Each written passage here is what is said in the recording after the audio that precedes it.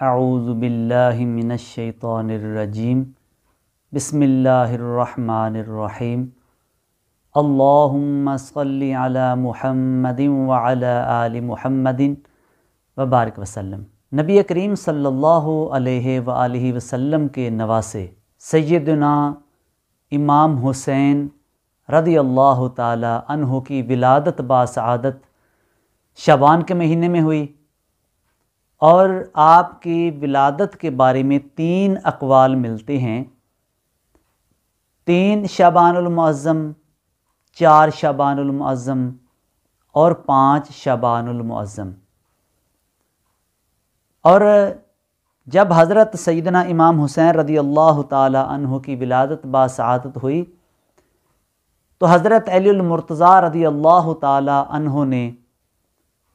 ایک کا نام حمزہ اور دوسرے کا نام جعفر رکھا، یعنی ایک کا نام اپنے چچا کے نام پر اور دوسرے کا نام اپنے بھائی کے نام پر۔ تو نبی کریم صلی اللہ علیہ وآلہ وسلم ایک دن تشریف لائے تو آپ نے فرمایا کہ انی امرت ان اغیر اسم ہذین، فرمایا کہ مجھے حکم دیا گیا ہے کہ میں ان دونوں کے ناموں کو تبدیل کر دوں۔ تو حضرت علی المرتضیٰ رضی اللہ تعالی عنہ نے فرمایا اللہ و رسولہ عالم، یعنی اللہ تعالیٰ اور اس کا رسول بہتر جانتے ہیں۔ یہ مسند احمد میں حضرت امام احمد بن حنبل رضی اللہ تعالی عنہ نے یہ بیان فرمایا ہے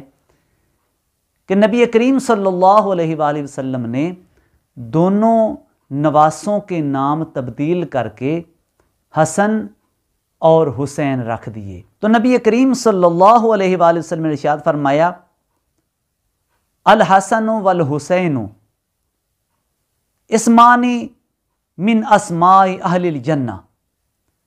کہ یہ جو 2 نام ہیں یہ جنت کے اہل جنت کے ناموں میں سے 2 نام ہیں۔ لم یکونا فی الجاہلیت، اور یہ دونوں نام ایسے ہیں کہ زمانہ جاہلیت میں کسی نے بھی یہ 2 نام اپنے بچوں کے نہیں رکھے، کسی کے یہ نام نہیں تھے، یہ نام نہیں رکھے گئے۔ اور اللہ تبارک و تعالیٰ نے فرمایا ان دونوں ناموں کو چھپا کے رکھا، اور جب حضرت سیدنا امام حسن اور سیدنا حضرت امام حسین رضی اللہ تعالی عنہ کی ولادت باسعادت ہوتی ہے تو اس وقت اللہ تبارک و تعالیٰ نے یہ نام نبی کریم صلی اللہ علیہ وآلہ وسلم کو عطا فرمائے، اور نبی کریم صلی اللہ علیہ وآلہ وسلم نے اپنے نواسوں کے یہ نام رکھے۔